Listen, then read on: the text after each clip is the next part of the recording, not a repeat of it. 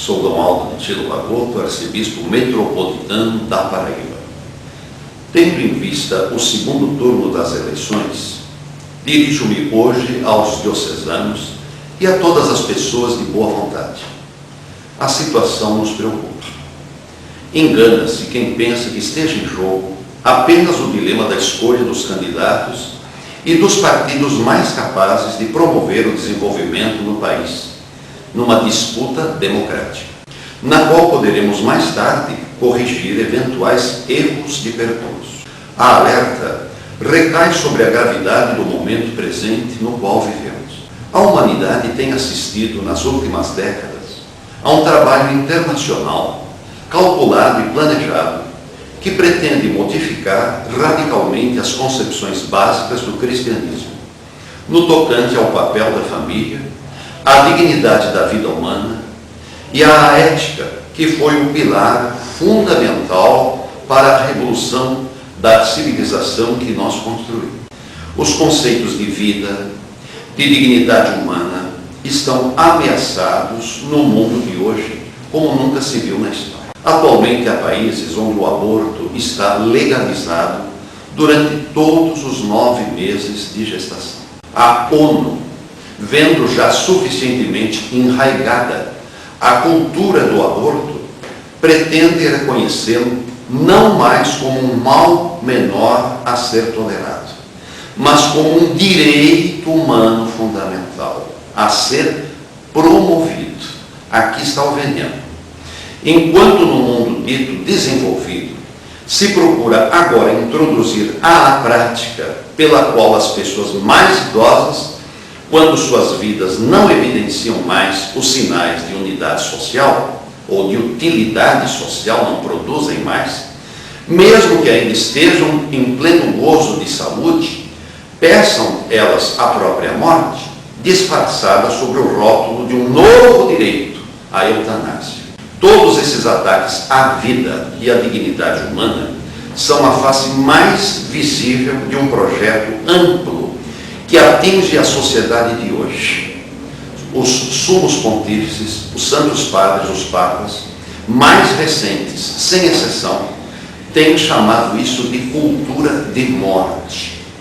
A cultura de morte começou a ser introduzida sistematicamente no nosso país a partir dos anos 80 e no início da década de 90, graças a um financiamento maciço de grandes fundações internacionais, bem conhecidas, já denunciadas em amplas documentações. Em 2003, encontrou respaldo no Partido dos Trabalhadores, que neste ano havia alcançado o poder, seu principal aliado.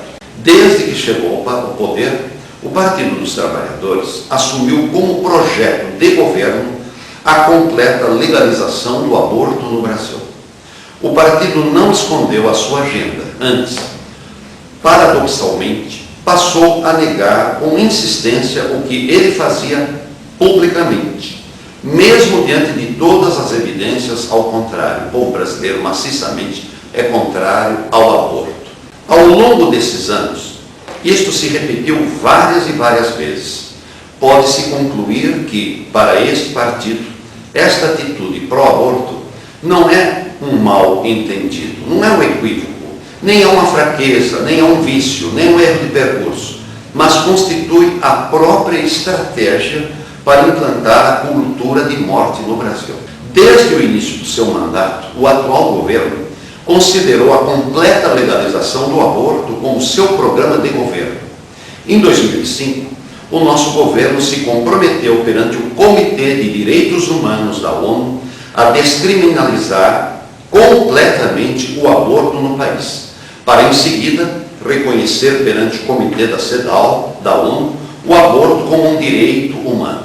Insistentemente, então, se fala de aborto como direito.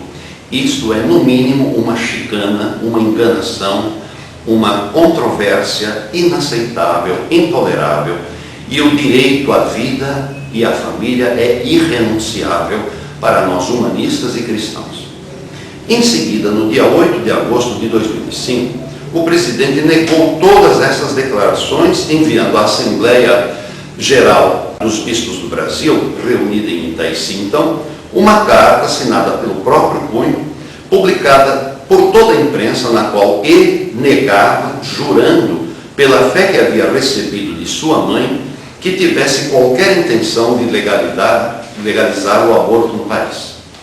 Os fatos desmentiram as palavras do presidente quando o governo encaminhou à Câmara de Deputados um projeto de lei que pretendia legalizar o aborto durante todos os 9 meses de gravidez, tornando-o completamente livre por qualquer motivo, desde a concepção até o momento do parto. São vários projetos. A própria redação interna do projeto já era ela própria outra desonestidade à parte. O primeiro artigo do projeto declarava que o aborto seria um direito da mulher durante os 3 primeiros meses da gravidez. Os parlamentares pensariam que o projeto legalizaria o aborto apenas durante o primeiro mês da gestação.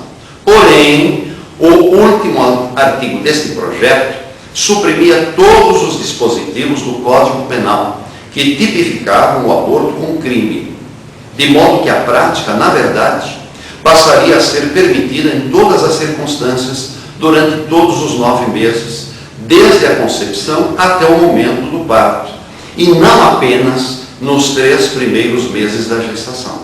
A desonestidade quase alcançou o seu objetivo. Segundo as testemunhas presentes na Câmara, o engodo foi descoberto pelos deputados somente 10 minutos antes da primeira votação e por um mero acaso, chamaríamos de providência. Até aquele momento, os parlamentares estavam certos de que estariam votando a legalização do aborto apenas durante os 3 primeiros meses da gestação e não durante todos os 9 meses. Se este projeto, que continua insistentemente tramitando no Congresso, ainda não foi aprovado, deve-se à oposição liderada por alguns deputados do próprio Partido dos Trabalhadores. Por causa desta feroz oposição, o partido decidiu aprovar em 2007, durante o seu 3º Congresso Nacional, como resolução partidária, que o seu programa de governo deveria incluir a completa legalização do aborto no Brasil. Neste mesmo ano, o Partido dos Trabalhadores aprovou também um novo estatuto que exigia como requisito para ser candidato pelo PT a concordância com as normas e resoluções partidárias, entre as quais a da legalização do aborto como programa de governo.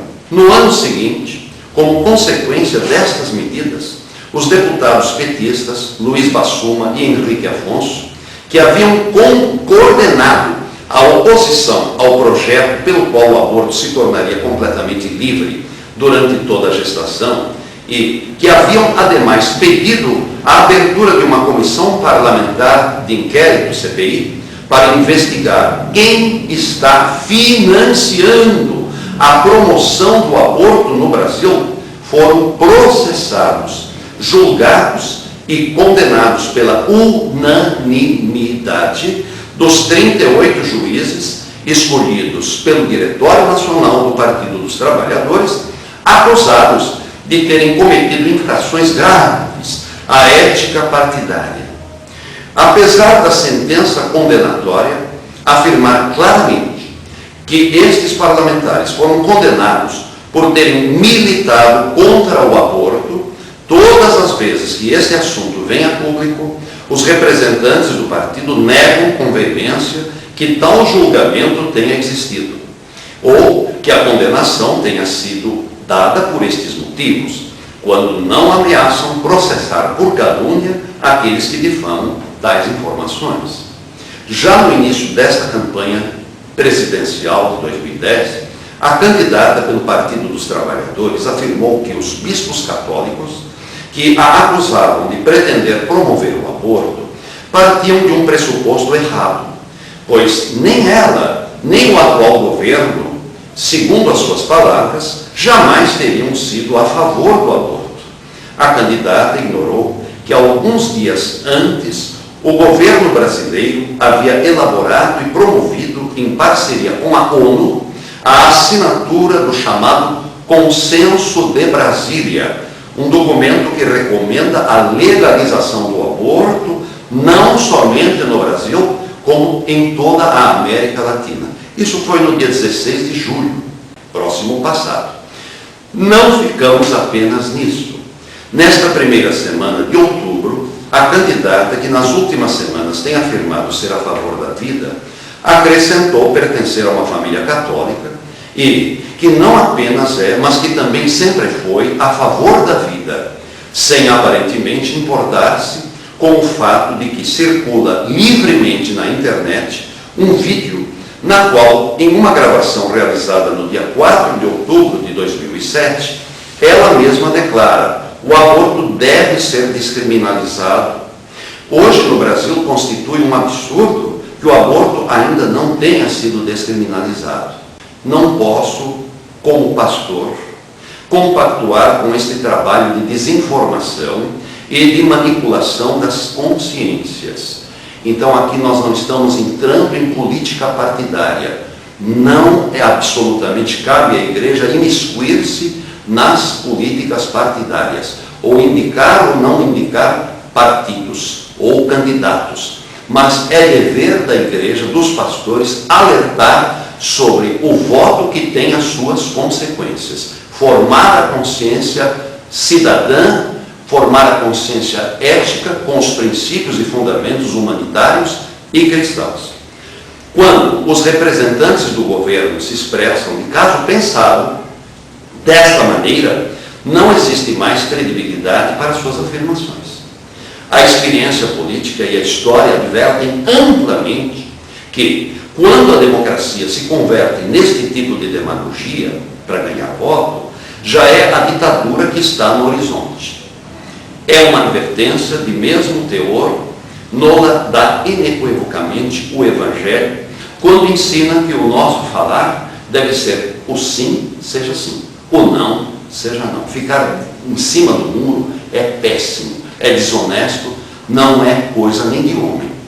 Palavras às quais de Nosso Senhor acrescenta: o resto procede do maligno. Em 1948, é bom saber a história, era uma situação semelhante durante as eleições também históricas na Itália, quando a Santa Sé promoveu, por iniciativa direta do Sumo Pontífice, um extenso trabalho de divulgação da verdade junto ao povo italiano. Naquela ocasião, Sua Santidade Pio XII justificou a mobilização de 20 mil comitês e 300 mil voluntários em toda a Itália, com as célebres palavras do apóstolo Pedro: não possamos non loqui, nós não podemos ficar calados. Hoje, ao seguir este mesmo exemplo, os bispos brasileiros, especialmente os bispos de São Paulo, a quem eu aplaudo veementemente, com muito amor e solidariedade, estão seguindo a tradição profética da Igreja, em comunhão com o Papa Bento XVI. Estamos diante de um partido que está institucionalmente comprometido com a instalação da cultura da morte em nosso país, que proíbe os seus membros de seguirem suas próprias consciências, que se utiliza calculadamente da mentira para enganar eleitores sobre seus verdadeiros projetos para a nação. Repetimos com o Santo Padre: não podemos nos calar. A verdade nos libertará. Quero, portanto, pedir o empenho de todos os meus diocesanos para que este vídeo seja divulgado junto ao maior número de fiéis. Quero pedir também o auxílio de todos para a divulgação de um documento semelhante, intitulado Apelo a Todos os Brasileiros e Brasileiras, elaborado, repito, com a expressa recomendação da mais ampla devoção pelo Regional Sul 1 da CNBB, do Estado de São Paulo, entidade que congrega os bispos católicos do Estado de São Paulo. O apelo dos bispos de São Paulo contém as mesmas denúncias desta gravação. Eu peço a Deus que abençoe todos os meus diocesanos, cristãos, pessoas de boa vontade, e que esta bênção possa se estender a toda a nossa nação, tornando-se um berço de luz, de fé, de caridade, de amor, de defesa e de promoção à vida e à família. Deus abençoe a todos.